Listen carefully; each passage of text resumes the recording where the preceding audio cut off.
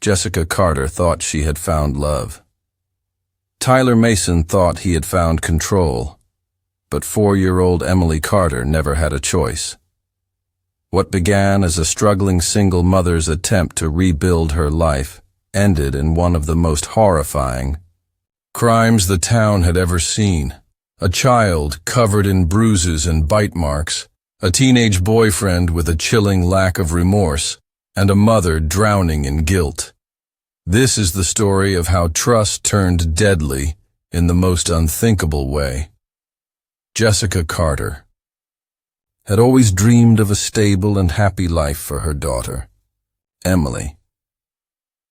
At just 24 years old, she was doing her best to balance the responsibilities of being a single mother while working long shifts at a local diner. Life hadn't been easy since Emily's father left, but Jessica was determined to provide a loving home. She lived in a small but cozy apartment in a quiet neighborhood in Ohio, where she believed she could rebuild her life and create a better future. When she met Tyler Mason, she thought she had finally found someone who understood her struggles. Tyler was only 16, much younger than any man Jessica had ever been involved with, but he had a charm that made her feel seen and appreciated. He had a rough past, expelled from school multiple times, run-ins with the police, and a home, life filled with instability. But Jessica saw beyond that. She believed everyone deserved a second chance, and Tyler seemed eager to change. He treated her with affection, helped around the apartment, and, most importantly, showed an interest in Emily. At first, their relationship seemed harmless. Tyler would visit after school, playing video games in the living room, while Jessica cooked dinner. Emily, a bright-eyed and curious 4-year-old, was initially shy around him but quickly warmed up to his playful nature. He would pick her up and spin her around, making her giggle.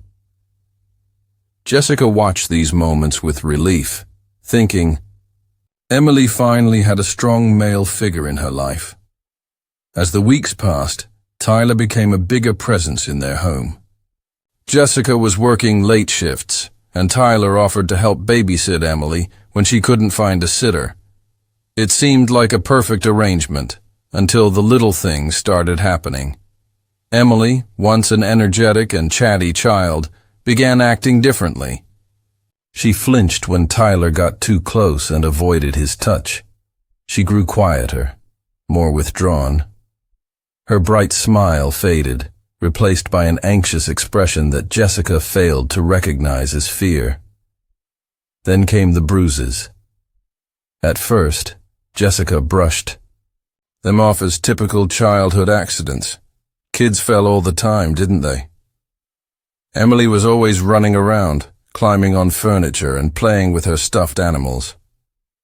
But the bruises were deep, appearing in strange places, on her arms, on her thighs, even on her small ribs.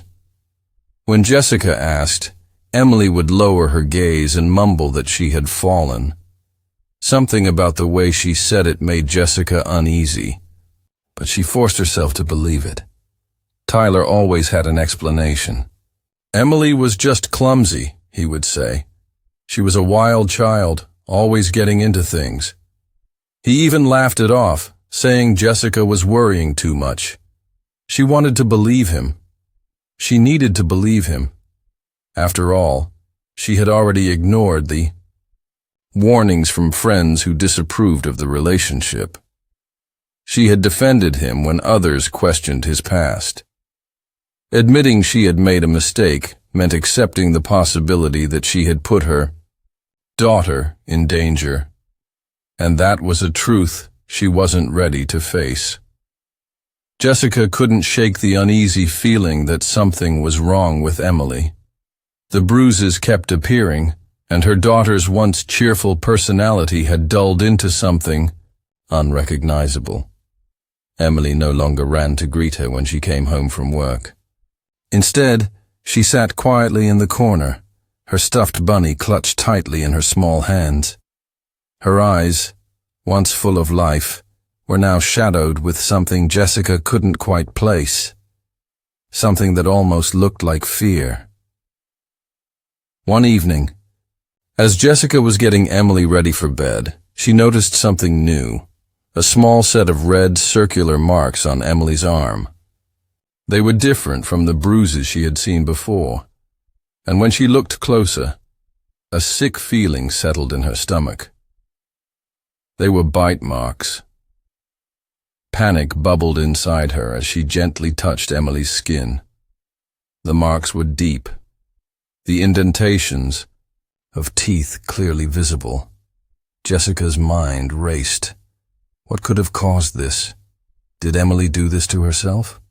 Was there a child at daycare who had bitten her? The possibilities swirled in her head, each more confusing than the last. She knelt beside Emily and asked her what happened, her voice trembling. Emily just shook her head and refused to speak.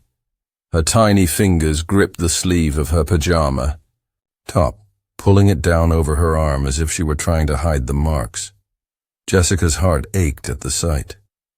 That night, she lay in bed staring at the ceiling, unable to sleep.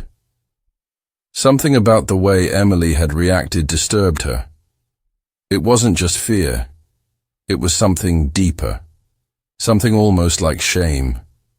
She told herself it was nothing, that maybe she was overthinking things, but the doubt gnawed at her. The next morning, Jessica confronted Tyler. She didn't want to believe he had anything to do with Emily's injuries, but she needed answers. His reaction was eerily calm. He shrugged and laughed, saying Emily probably bit herself while playing. He even joked about how kids do strange things sometimes. His words were smooth, his tone casual, but there was something cold in his eyes, something that sent a chill through Jessica's spine. Still, she let it go. Maybe she was just being paranoid. Maybe she was looking for problems that weren't there. She had fought so hard to convince everyone that Tyler was different, that he had changed. If she questioned him now, it meant admitting she had ignored all the warnings.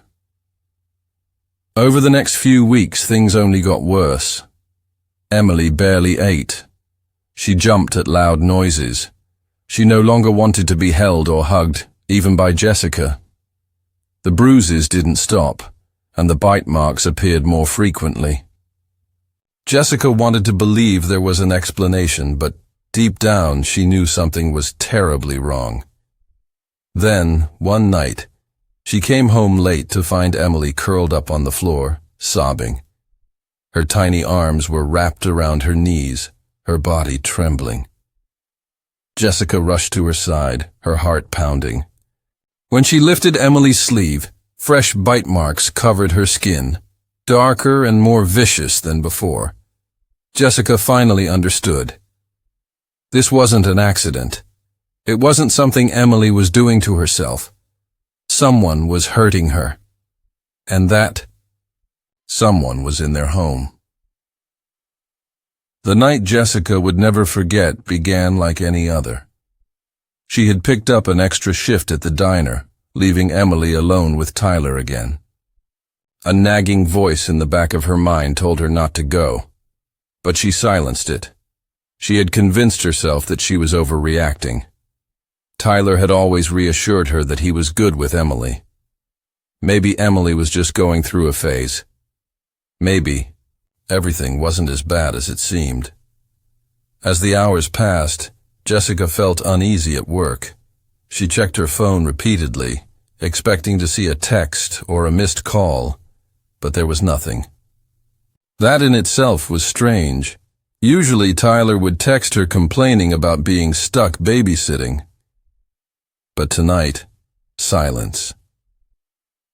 At midnight, Jessica finally made her way home. The apartment complex was quiet, and as she stepped inside, an unnatural stillness filled the air. The lights were off except for the dim glow from the living room TV. At first glance, everything seemed normal. Then she saw him. Tyler was sitting on the couch, staring blankly at the screen. His clothes were stained with something dark. He didn't move when Jessica entered. He didn't even acknowledge her presence. A cold dread spread through her chest as she took a step forward. Then she saw Emily. Her tiny body lay motionless on the floor. Her nightgown was torn, her skin covered in deep bruises, scratches, and, most horrifying of all, bite marks. There were so many of them, scattered across her arms, her legs, her small face. Her lips had turned blue, and her chest was unnaturally still. Jessica let out a scream that shattered the silence. She rushed to Emily, shaking her, begging her to wake up, but she was cold to the touch. Her beautiful little girl, the child she had sworn to protect, was gone. She turned to Tyler, rage and horror boiling inside her. But he just sat there, his expression blank, as if nothing had happened. There was no fear, no remorse, no panic. Just eerie calmness. Jessica grabbed her phone with trembling fingers and called 911. The seconds stretched into eternity as she sobbed into the phone, screaming for help. The dispatcher's voice was distant, barely registering in her mind. All she could see was Emily's lifeless body on the floor. The sound of sirens filled the air minutes later. The flashing red and blue lights painted the walls as officers burst into the apartment. Jessica was too hysterical to answer their questions. She pointed at Tyler, her voice breaking as she screamed that he had done this. The police pulled him off the couch, handcuffing him as he remained eerily silent. Even as they led him away, he showed no sign of emotion, no regret, no sorrow. As Jessica collapsed onto the floor beside her daughter, the harsh reality set in. She had ignored the warnings. She had chosen to trust the wrong person, and now Emily was gone forever. The police officers who arrived at the scene were shaken by what they found. Even the most experienced among them had to turn away from the sight of Emily's tiny, battered body. The bruises, the deep bite marks, the lifeless stare. It was a horror beyond words. The lead detective, Officer Reynolds, immediately called for a forensic team, while paramedics confirmed what Jessica already knew. Emily was gone. Jessica sat on the floor, numb. The sound of officers talking around her blurred into white noise. A paramedic tried to guide her away from Emily's body, but she refused to let go of her daughter's cold hand. Tears streamed down her face, but she couldn't make a sound. This wasn't real. This couldn't be real. Meanwhile, Tyler was taken into custody without a fight. He didn't ask questions. He didn't cry. He didn't even seem nervous. As he sat in the back of the police car, his face remained blank, his eyes distant.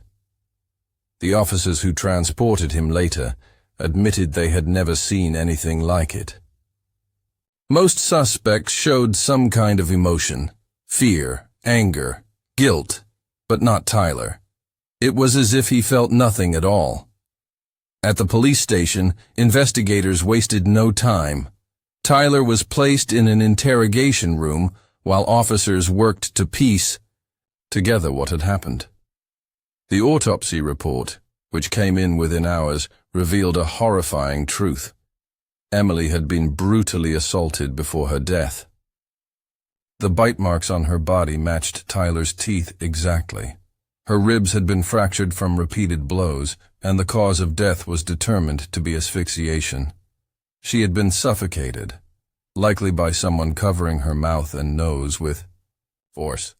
Detectives questioned Tyler, hoping to get some kind of explanation. He didn't try to deny what he had done. In fact, he admitted to everything with chilling indifference. He described how he had grown frustrated with Emily, how her crying had annoyed him, how he had bitten her just to see her reaction. He spoke about it the way someone might talk about breaking a toy, without remorse, without guilt, without feeling. When asked why he had done it, he simply shrugged and said, "I wanted to."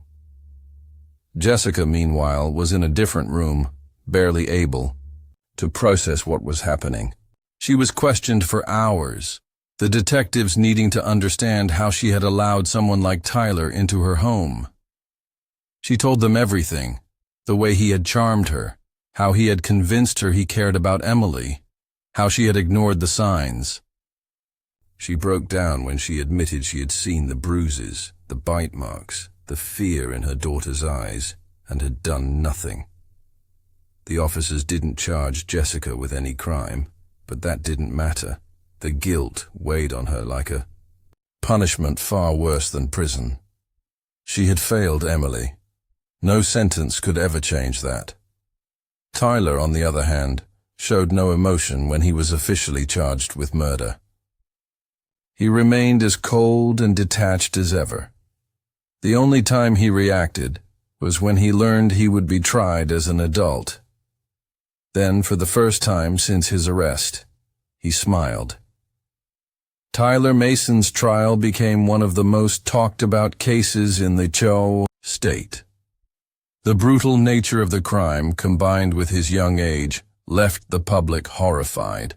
People struggled to understand how a 16-year-old could commit such a monstrous act. The courtroom was packed during every hearing, journalists and true crime enthusiasts eager to witness the unfolding of a case that seemed ripped from a nightmare. Jessica Carter sat in the front row every day, her face pale and hollowed from grief. She had barely spoken to anyone since Emily's death. Her once vibrant personality drained away. She had lost everything.